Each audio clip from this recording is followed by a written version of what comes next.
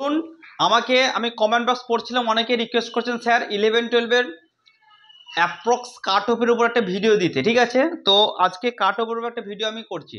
প্রথম কথা বড় রাখি, 11-12 যে কোশ্চেনটা হয়েছে সেই কোশ্চেনটা কিন্তু স্ট্যান্ডার্ড খুব ভালো ছিল, এবং পরীক্ষার হলে বসে আপনারা কোন কোশ্চেন কিরকম ভাবে চিন্তা করেছেন এবং চিন্তা করে কি করে ভুল করছেন সেগুলো আমি একটু বলবো। আমরা জাস্ট একটু কমেন্ট বক্সে সবাই জানাবেন যে আমি যেগুলো আপনাদের কে বলছি সেগুলোই কি আপনারা চিন্তা ভাবনা করে ভুল করেছেন, ঠিক আছে, না ঠিক করেছেন, কেমন?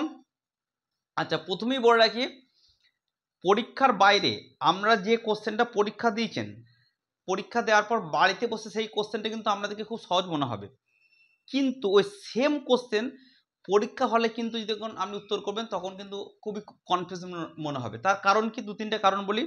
এক হচ্ছে পরীক্ষার টেনশন, 2 নম্বর হচ্ছে পরীক্ষার সময় চিন্তাভাবনা অনেক রকম আসে, বিভিন্ন অ্যাঙ্গেল থেকে চিন্তা ভাবনা করা হয়। 3, অনেকে খুব গভীরে চিন্তা করে।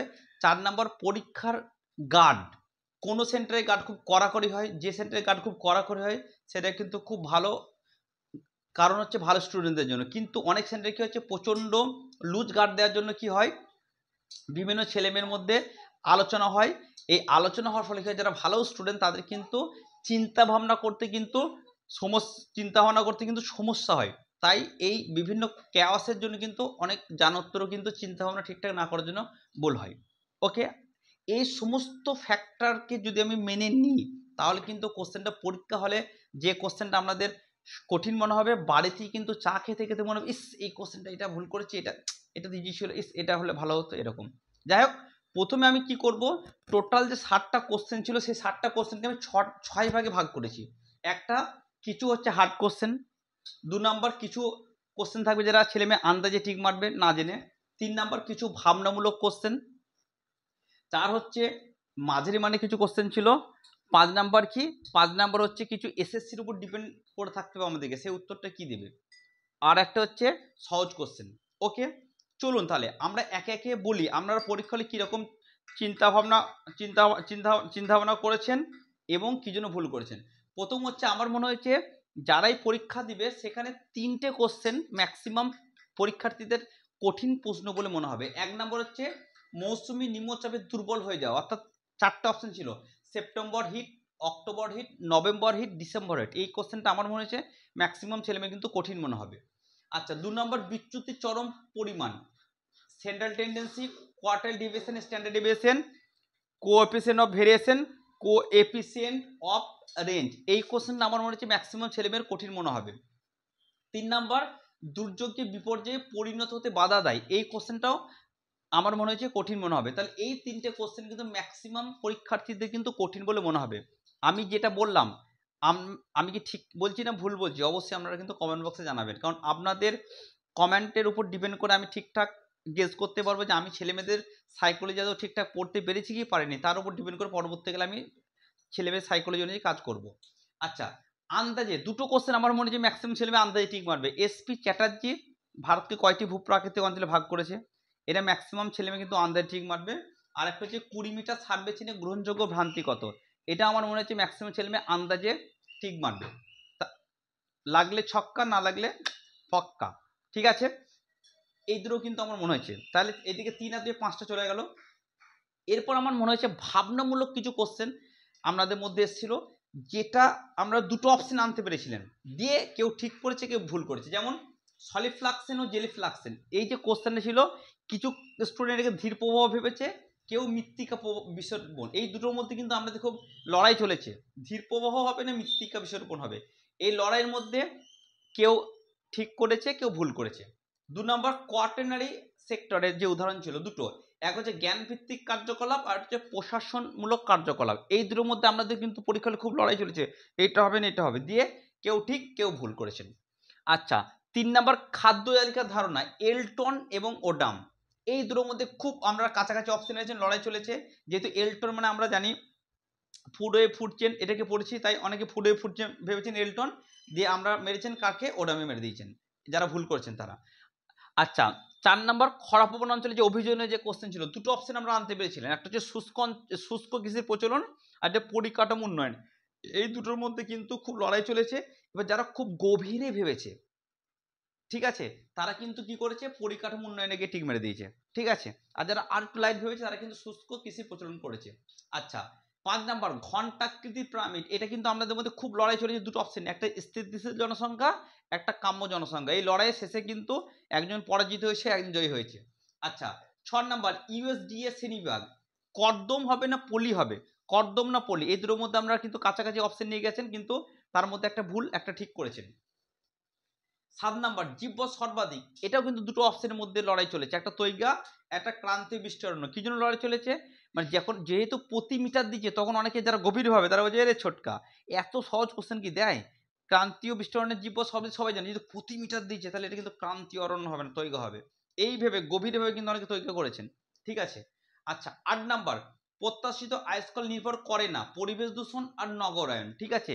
এই দুটোর মধ্যে কিন্তু আমাদের মধ্যে লড়াই চলেছে, যারা খুব গভীরে ভেবেছে তারা কি ভেবেছে, পরিবেশ দূষণ হবে, কিন্তু নগরায়ন কিন্তু পরিবেশ দূষণের কারণ। তাহলে নগরায়নটাকে কি বলতো, মেন কারণটা কিন্তু ধরতে হবে। যারা গভীরে ভেবেছে তারা নগরায়ন, ঠিক আছে, তারা এই দুটোর মধ্যে যে কোনো ভেবে একটা ভুল করেছে।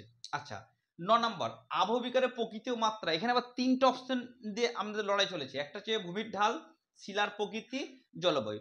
এই 3টে অপশনের মধ্যে লড়াই হয়েছে, আপনাদের ভাবনার লড়াই আর কি, ঠিক আছে, দিয়ে ঠিক ভুল হয়েছে। এরপর চলে আসুন মাঝারি মানে প্রশ্ন। এখানে সম্পূর্ণ পাললিক জৈব ভূচক্র যে কোশ্চেনটা ছিল, কোন দুটো চক্র সম্পূর্ণ পাললিক ভূচক্র, এই কোশ্চেনটা কিন্তু মাঝারি মানে কোশ্চেন ছিল, তা এই কোশ্চেনটা কিন্তু আপনারা একটু কনফিউশন ছিলেন আর কি।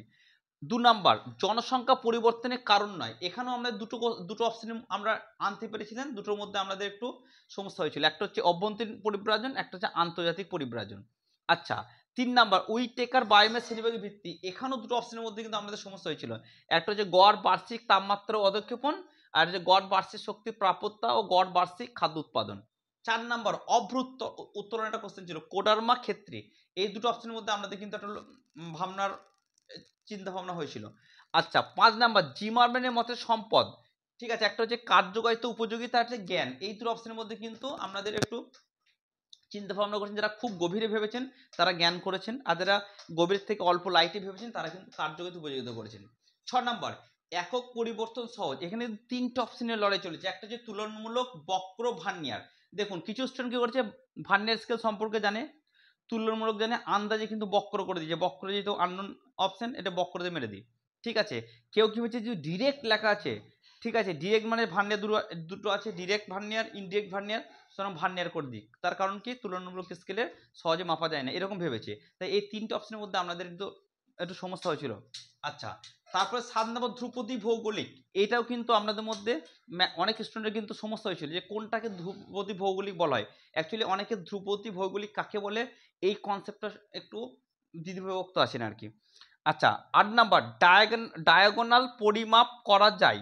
এটা দুটো অপশনের মধ্যে আমরা কিন্তু একটা হচ্ছে একক ও দশম মান, আর দশমিক পর 2 ঘর পর্যন্ত, এই দুটো অপশনের মধ্যে কিন্তু আমরা একটু কনফিউশন ছিলাম যে কোনটা হবে। 9 নাম্বার ভারতের ডেটামতল করাচি মুম্বাই। এটা কি হয়েছে, দুটোর মধ্যে অপশনের সমস্যা হয়েছে। অনেক যে পুরনো বইগুলো ছিল যখন করাচি ছিল তারা করাচি লেগেছে, এবার যারা নতুন বই কিনেনি বা নতুন আপডেট ছিল না, পুরনো বইয়ের উপর ভরসা করেছিল, তারা কিন্তু ম্যাক্সিমাম ছেলে করাচি করে ভুল করেছে, কিন্তু নতুন কিন্তু মুম্বাই হবে। আচ্ছা, তারপর 10 নাম্বার মাসাই মারা অরণ্য। এখানে কিন্তু দুটো অপশন নিলে আমাদের সমস্যা হচ্ছে, একটা নিরক্ষীয় অরণ্য, একটা সাবানা। যেহেতু আফ্রিকা দেখেছে অনেকে, আফ্রিকা দেখে নিরক্ষীয় জলবায়ু করেছে, ঠিক আছে। আর সাভানা হলে তো অবশ্যই মাসাই যদি উপজাতি বলতে, সাভানা কোথায়, মাসাই মারা অরণ্য বলে দিয়েছে, তাই কিন্তু একটু সমস্যার মধ্যে আমরা পড়েছি দুটো অপশন নিয়ে। 11 নাম্বার সর্বোচ্চ পরিমাণ শক্তি বিকিরণ করে, দুটো অপশন ব্ল্যাক বডি আর আদর্শ বিকিরণ মৌল। এই দুটো অপশনের মধ্যে আমাদের কিন্তু একটু চিন্তা ভাবনার পার্থক্য হয়েছিল, যে কোনো একজন ঠিক একটা ভুল করেছেন। 12 নাম্বার কাম্য জনসংখ্যা ধারণা। এখানেও দুটো অপশন আমরা আনতে পেরেছিলাম, একটা যে ক্যানন সন্ডারস, একটা যে ক্যানন জিমারম্যান, দিয়ে অনেকে একটা ঠিক একটা ভুল করেছে। ওকে, আর এটা হচ্ছে 13 নম্বর লানিনা। লানিনা ভারতের ধনাত্মক হবে না ঋণাত্মক হবে, এটা কিন্তু অনেকে এই দুটো অপশনের মধ্যে কনফিউজ হয়ে কিন্তু আমরা একটা ভুল করেছেন বা একটা ঠিক করেছেন। ওকে, তাহলে এখানে 13টা কোশ্চেন হলো। এবার দুটো কোশ্চেন কিন্তু আমাদেরকে পুরোপুরি এসএসসির উপর ডিপেন্ড করতে হবে। কোরোলজি কি প্রথম বলেছিল, হাডসন বা ভ্যারেনিয়াস, হয় দুটো ঠিক দিতে পারে, যে কোনো একটা দিতে পারে। বিপন্ন প্রাণী ভারতীয় হাতি, এশীয় সিংহ, এই দুটোর মধ্যে কিন্তু অনেকের কনফিডেন্স ছিল, এই দুটো কিন্তু আমাদেরকে এসএসসির উপর ডিপেন্ড করে আমাদেরকে থাকতে হবে। আচ্ছা, তাহলে আমি টোটাল যদি 60টা কোশ্চেন প্যাটার্নকে আমি আলোচনা করি, তাহলে দেখা যাচ্ছে হার্ড কোশ্চেন ছিল 3টে। আচ্ছা, আন্দাজে ম্যাক্সিমাম ছেলেমেয়ে করবে 2টো। আচ্ছা, ভাবনামূলক কোশ্চেন ছিল 9টা, মাঝারি মানের কোশ্চেন ছিল 13টা, এসএসসির উপর ডিপেন্ড করে থাকছে 2টো, আর ইজি কোশ্চেন ছিল 31টা। টোটাল এই কোশ্চেনগুলো যোগ করলে টোটাল কোশ্চেন হচ্ছে 60টা। আচ্ছা, আমি যে এই যে বললাম পরীক্ষা হলে আপনাদের কোন দুটো অপশন নিয়ে সমস্যা হয়েছে, আপনারা কি ভেবেছেন, কেন ভুল করেছেন, এটা কতটা ঠিক বা ভুল বললাম, অবশ্যই অবশ্যই আপনারা কিন্তু কমেন্ট বক্সে জানাবেন। আমি স্টুডেন্টদের বা পরীক্ষার্থীদের সাইকোলজি বা তাদের মনের চিন্তাভাবনা কতটা রিড করতে পেরেছি সেটা জানার জন্য কিন্তু আপনাদের কমেন্টটা আমাকে জানা খুবই খুবই দরকার। আমরা যত কমেন্ট করবেন তত আমি বুঝতে পারবো যে আমি পরীক্ষার্থীদের মেন্টালিটিটা কতটা রিড করতে পেরেছি। যদি দেখি ম্যাক্সিমাম রিড ঠিকঠাক করতে পেরেছি, তাহলে পরবর্তীকালে সেই অনুযায়ী আমাকে আরও চিন্তাভাবনা করে কাজ করতে হবে। আর যদি মনে হয় যে না, আমার চিন্তাভাবনায় ভুল আছে বা পরীক্ষার্থীদের মেন্টালিটি আমি ঠিকঠাক রিড করতে পাচ্ছি না, তাহলে আমাকে আবার সেই ভাবনা চিন্তা করে নতুনভাবে কাজ করতে হবে। এবার চলুন আমরা দেখে নেব যে এসসি, ওবিসি, জেনারেল কাস্ট, ঠিক আছে, হ্যান্ডিক্যাপ, কারা কত পার্সেন্ট অ্যাপ্রক্স কাট অফ হতে পারে সেটা কিন্তু আমরা এবারে দেখে নেব। চলুন তাহলে আমরা কি দেখে নিলাম, এখানে দেখেছি প্রশ্নের ধরন করেছি। আচ্ছা, প্রশ্নের ধরন আমরা আগেই বলেছি, ইজি কোশ্চেন আছে 31টা, হার্ড কোশ্চেন আছে 3টে, ভাবনামূলক কোশ্চেন 9টা, মাঝারি কোশ্চেন 13টা, আন্দাজে টিক মারা কোশ্চেন 2টো, এসএসসির উপর ডিপেন্ড করে হচ্ছে 2টো।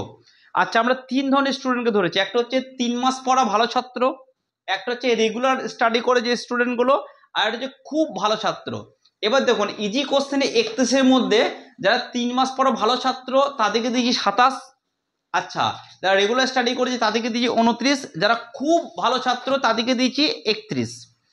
আচ্ছা, হার্ড কোশ্চেন 3টের মধ্যে যারা 3 মাস পড়ে ভালো ছাত্র তারা 0 পাবে কিংবা 1 পাবে।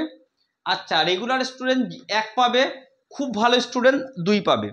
আচ্ছা, ভাবনামূলক 9টা কোশ্চেনের মধ্যে যারা 3 মাস পড়া ভালো ছাত্র তাদেরকে 4 থেকে 5 দিয়েছি, যারা রেগুলার পড়াশোনা করেছে তাদেরকে 5 থেকে 6 দিয়েছি, যারা খুব ভালো ছাত্র তাদেরকে 7 দিয়েছি। মাঝারি মানে যারা কোশ্চেন ছিল 13টা, সেই 13টার মধ্যে 3 মাস পড়া ভালো ছাত্র 6 থেকে 7 দিয়েছি, রেগুলার স্টুডেন্ট দিকে 8 থেকে 9 দিয়েছি, খুব ভালো ছাত্র দিকে 10 দিয়েছি। আন্দাজে টিক মারা কোশ্চেন ছিল 2টো, সেখানে 3 মাস পড়া ছাত্র দিকে 0 থেকে 1 দিয়েছি, রেগুলার স্টুডেন্ট দিকে 0 থেকে 1 দিয়েছি, খুব ভালো দিকে 1 দিয়েছি। এসএসসির উপর ডিপেন্ড করা প্রশ্ন দুটোর মধ্যে সবাইকে 1 1 1 করে দিয়েছি, অর্থাৎ 3 মাস পড়া ভালো ছাত্র 1, রেগুলার 1, খুব ভালো ছাত্র 1। যে টোটাল আমি দেখেছি 3 মাস পড়া ভালো ছাত্র পাবে 38 থেকে 42-এর মধ্যে। ওকে, রেগুলার যারা ভালো স্টুডেন্ট তারা 44 থেকে 47-এর মধ্যে। আচ্ছা, খুব ভালো যারা ছাত্র তারা পাচ্ছে 52। এবার এটাকে আমি রাউন্ড ফিগার করার চেষ্টা করেছি যে 3 মাস পর ভালো ছাত্র যদি প্লাস মাইনাস হয় তাহলে 40 থেকে 48-এর মধ্যে পাবে। 3 মাস পর ভালো ছাত্র পাবে 40 থেকে 48-এর মধ্যে, রেগুলার যারা স্টাডি করেছে তারা পাবে 45 থেকে 50-এর মধ্যে, আর যারা খুব ভালো ছাত্র তারা এই কোশ্চেনে 52 থেকে 55 নম্বর পাবে।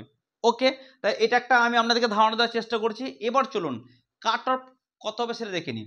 এরপরে জেনারেল যারা স্টুডেন্ট তাদের কাট অফ হতে পারে 48 থেকে 55-এর মধ্যে।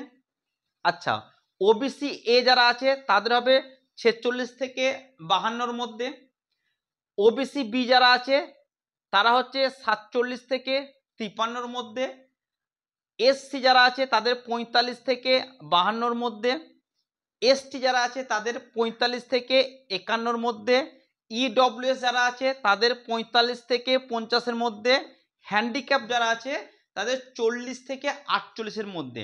এবার ওভারঅল যে সমস্ত স্টুডেন্টকে আমি ধরে নিই, তাহলে হ্যান্ডিক্যাপ যদি বাদ দিই তাহলে ওভারঅল যত স্টুডেন্ট আছে সে জেনারেল ক্যাটাগরি হতে পারে, ওবিসি এ হতে পারে, ওবিসি বি হতে পারে, এসসি হতে পারে, এসটি হতে পারে, ইডব্লিউএস হতে পারে, তাদের নাম্বার কিন্তু ওভারঅল 45 থেকে 55 হবে। তাহলে এই কোশ্চেনে মিনিমাম 45 পেতেই হবে আর ম্যাক্সিমাম 55 পাবে। ঠিক আছে, একমাত্র হ্যান্ডিক্যাপদের একটু ছাড় আছে।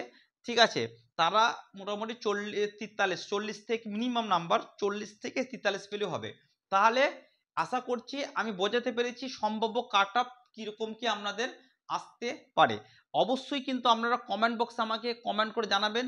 আমি যে আপনাদের ভাবনাগুলোকে ক্যাচ করার চেষ্টা করছি সেই ভাবনাগুলো কি আমি ঠিকঠাকভাবে ক্যাচ করতে পেরেছি, ঠিকঠাকভাবে বলতে পেরেছি আমরা কেন ভুল করছেন, কী রকম চিন্তা ভাবনা করে ভুল করছেন, কোন দুটো অপশন আপনারা কাছাকাছি আনতে পেরেছিলেন, অবশ্যই কিন্তু আমাকে কমেন্ট বক্সে জানাবেন।